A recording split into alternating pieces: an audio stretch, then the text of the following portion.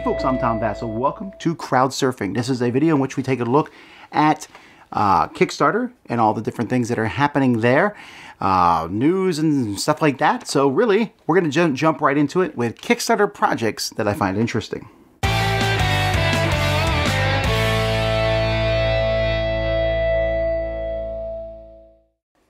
Okay, so let's get started here.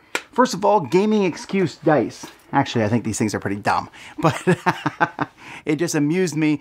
You roll these dice and you lost because of this. It does look like they're actually made for video games more than anything else because they're talking about lagging and stuff. I don't know, I found it humorous. Patriots and Redcoats. This is a hidden identity game. I actually thought it was a war game because I don't know that I've seen any game about the Revolutionary War, which also was a social deduction style game. Now going over it, really looks like Good Cop, Bad Cop, where they throw in spies and stuff. I mean, it looks a lot like Good Cop, Bad Cop. I hope it's not just a straight-up copy of that. I hope it offers something new, but we'll have to wait and see. Electioneer. This is the Hong Kong election board game. And really, I don't have a lot to say about this one because I don't know much about it. I just really like the way the graphics are with the board and how everything is laid out. And you're trying to win the elections by, not necessarily proper means, by just being smart rather than having a good candidate and such. Cowboys, The Way of the Gun. Now this is a reprint from Worthington Games of a 2007 game. So this is, I guess, a 10th year anniversary. It has some standees, although it looks like it's adding miniatures to it and a bunch of different scenarios where you're going into a town and fighting different people and doing various things. It looks interesting, but it also looks dated. I hope that the game looks better than it. I mean, it looks like something from the 80s or 90s, but I hope it gets better.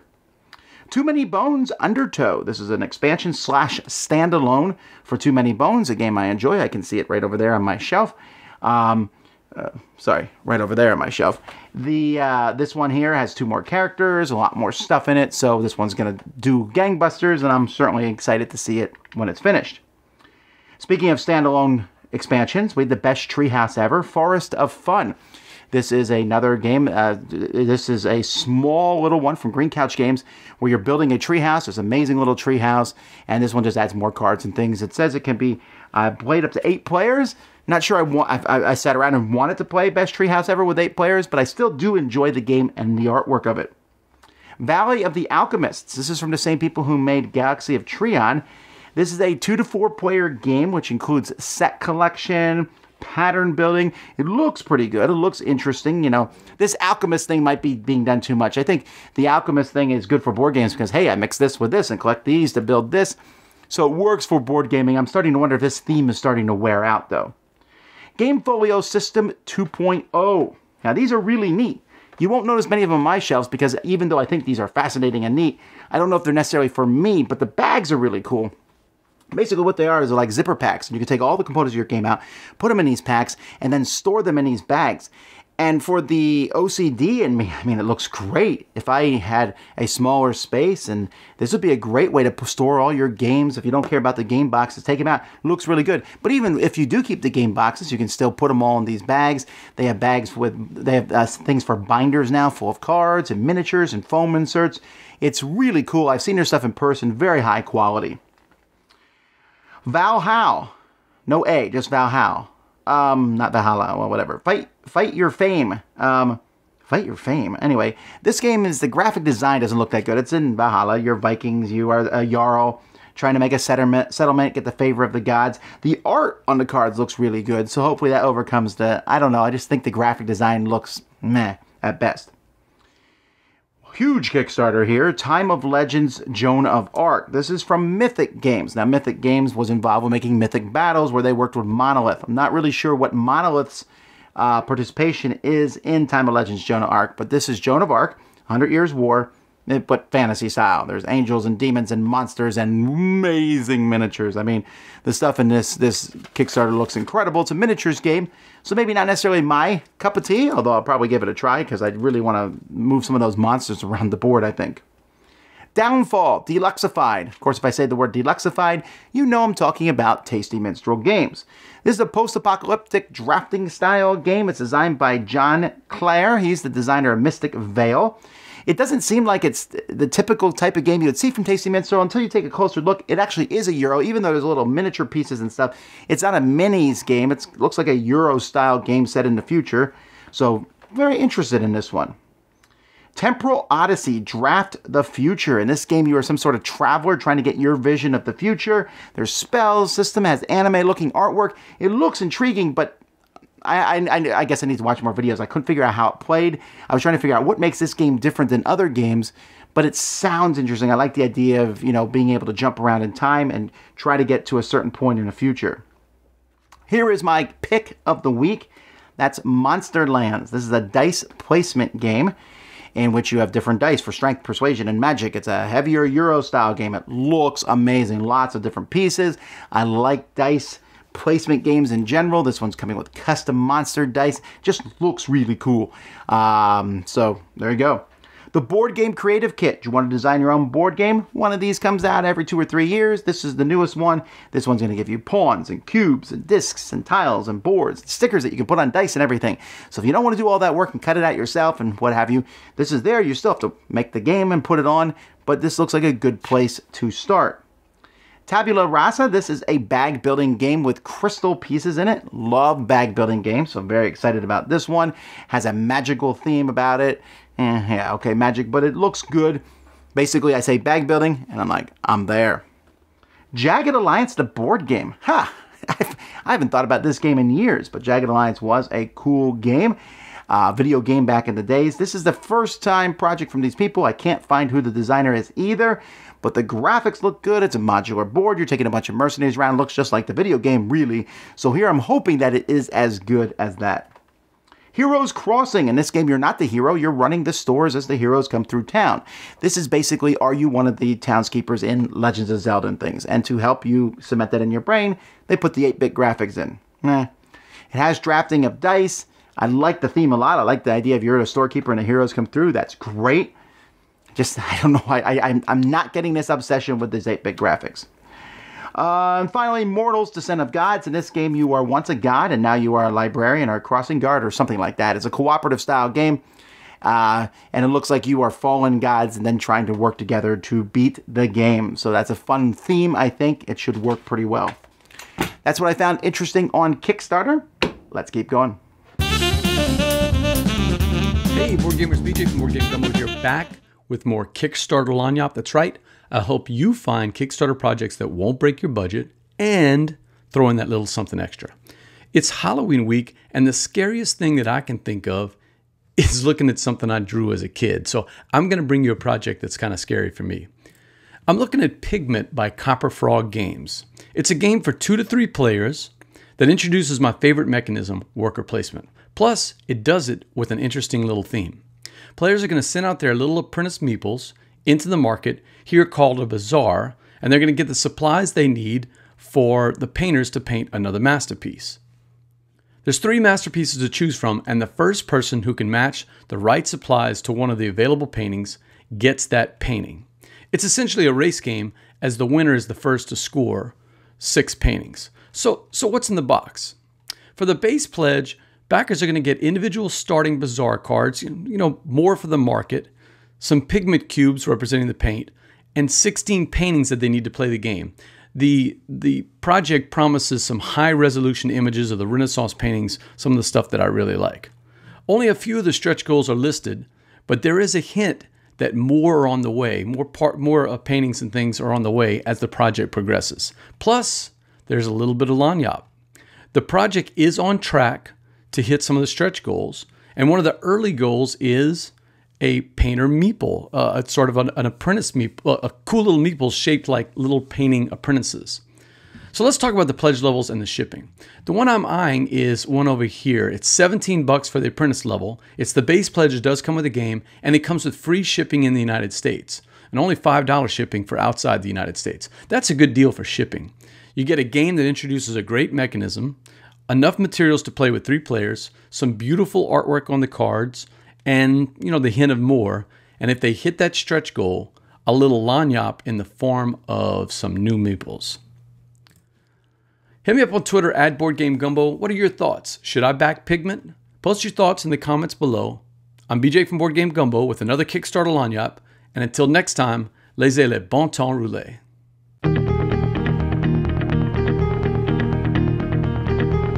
When I was looking through the different Kickstarter projects, I noticed that one Kickstarter they have stretch goals, and we'll talk more about stretch goals.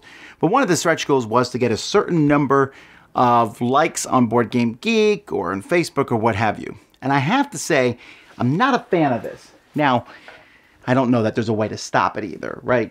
People are going to do what they do, but I've always disliked manipulating public standings to get your point across. This is noticed at Essen, at the Board Game Geek booth there. At the Board Game Geek booth, they have a setup there where it's called the Geek Buzz, where you can go in and you can basically pick the games that you think are hot at the fair. Invariably, every year, the two booths that are right next to Board Game Geek are in the hottest games of the fair. Well, that's not quite true at all. The proximity there, so people come by and they say, hey, you like this game? Go vote for it there. And there's also a couple games that do really hot in the Geek Buzz because at the booths themselves, they tell you or give you a card saying, here's Board Game Geek's booth number, please go vote for us there. And that's manipulating the system. You can say, well, that's all well and good. But for someone who's looking at the system outside and doesn't know about this, you're like, oh, these games are hot, and they're really not. And I feel like the same way. Whether you're trying to manipulate Board Game Geek likes or rankings or anywhere else, I feel like that shouldn't be a stretch goal on a Kickstarter. Why should I say, oh, wow, people are really talking about this game? Yeah, because they can win a prize or something if they do so, or they'll break another stretch goal. There's something in it for them. But maybe I'm way off base here. This is a thought I had coming across. Let me know in the comments. Do you agree with me here? Do you think that that stuff's okay? Is it okay to kind of manipulate and say, go vote for me? I mean, don't get me wrong. I think saying go vote for me is not necessarily a bad thing, because you want people to get buzz. But then to offer a reward if people do vote for you, especially if it's in a positive way, seems manipulative. I'm not sure. Maybe I'm wrong. We'll see.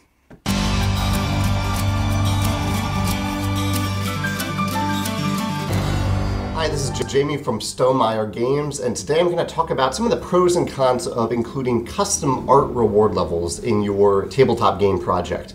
A custom art reward level is a premium reward level where people pay a special price for a limited reward to get an illustration of themselves in the game. So they'll send a photo to your artist, and your artist will capture their image using that artist's style on, say, a card or a player map in the game. I've used this technique a couple times, and it is an effective way of engaging people in a project and raising a little extra money because they're paying more for this. But there are some important considerations for you to consider. Those are kind of the pros. There are some logistical concerns. There are kind of global logistical concerns like making sure that you do it on budget and that you're not paying the artist more than you've earned from having the backers actually send you that amount, the amount that they paid for the reward. You have time concerns because if you've waited to get that art until after the project or even during the project, then that could impact the schedule for your game as a whole. Things like that. There's also the concern of diversity and equality.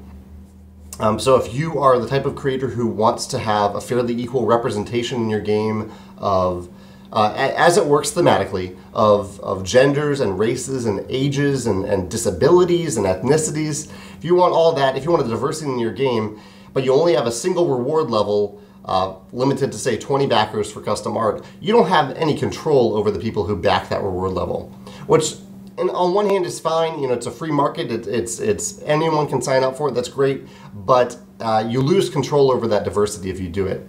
So one small solution for that is to break it into, at least in terms of gender, to have a reward level where you are looking for 10 men for custom art and 10 women for custom art. That's a start. I'll get to another solution in a moment for that. The other problem that you can have with custom art is not getting effective photographs. You might tell backers, hey, I need photographs of you like pretending to dig into the ground and have a special, a strenuous expression on your face. But you might have 10 of those backers send you a photo that looks like them smiling at the camera, like all the photos that we take in real life. And it might be really grainy, and they might be in the midst of 20 other people. And you might ask and ask again for a better photo, But as from my experience, there will be a small number of people who just say, hey, I paid for this, you got to deal with it. Here's the photo that I sent. You also have people who don't like the way they look in custom art, which is, I think, fairly normal. Sometimes we don't like the way that we look in photographs or illustrations in general. And so it's a tough spot to put your illustrator in. You want to make sure your illustrator is on board and that hopefully they've done this before and they know that the image they create of a person may not be the way that person likes to be seen or the way they like to see themselves. Overall, my solution for custom art, my recommendation for custom art is, and this is what I do when I have this opportunity, I go to people who have given a lot of time and energy to Stonemaier Games, have they volunteered their time, and I say, you haven't ever been in one of our games, but you are really important to us. I'd love to put your custom art of you in this game, if you're interested in that. And I give them requirements for the photos, I make sure the illustrator's on the same page, I make sure it works with the schedule and all that. And the nice thing about it is, if they don't send me a good photo, or if they don't send me any photo at all, I'm not beholden to them. There's no financial contract between me and that volunteer. It's more of a gesture of goodwill rather than a reward that they pledge to receive. So I found that works out a lot better. You can do what you want. You can figure out what's best for you and for your backers, and I hope you consider these various elements as you make that decision. Good luck. Well, hey, what's funding? Just enough time to take a quick look at a game that's seeking funding right now, and today we're taking a look at Neon Knights 2086. So here we're taking a look at Neon Knights 2086. This is a car racing game set in the future where even the currency has changed. Now they're using old poker chips. But the game is a little bit more than just a traditional racing game. You're also going to be spending days leading up to the race building your car up a little more, making new sponsors deals, picking up new equipment that allow you to speed up or slow down a little better along the way, and even give you possibly some repair options and things like that.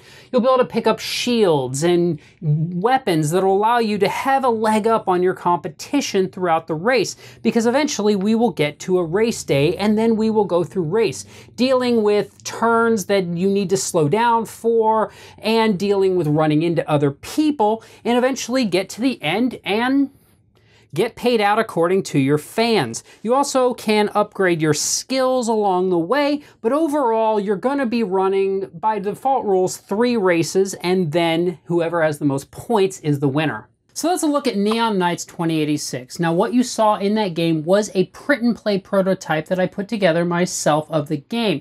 I did do a full review on this game just to let you know. As far as the game goes, I wasn't able to take you through all the rules in it, but I really do enjoy this game. I typically don't like games with racing themes, and I typically don't like anything with a car theme on it. But this game is so much more than that to me, in that it's almost an engine building, for lack of a better way of putting it, and I really enjoyed that. I like how you spend each day building up your car, adding new parts to it, planning for the race ahead, and taking on sponsors. And the game has a bit of a push your luck in it, because as you buy parts shift over and better parts become cheaper, or possibly worse parts become cheaper.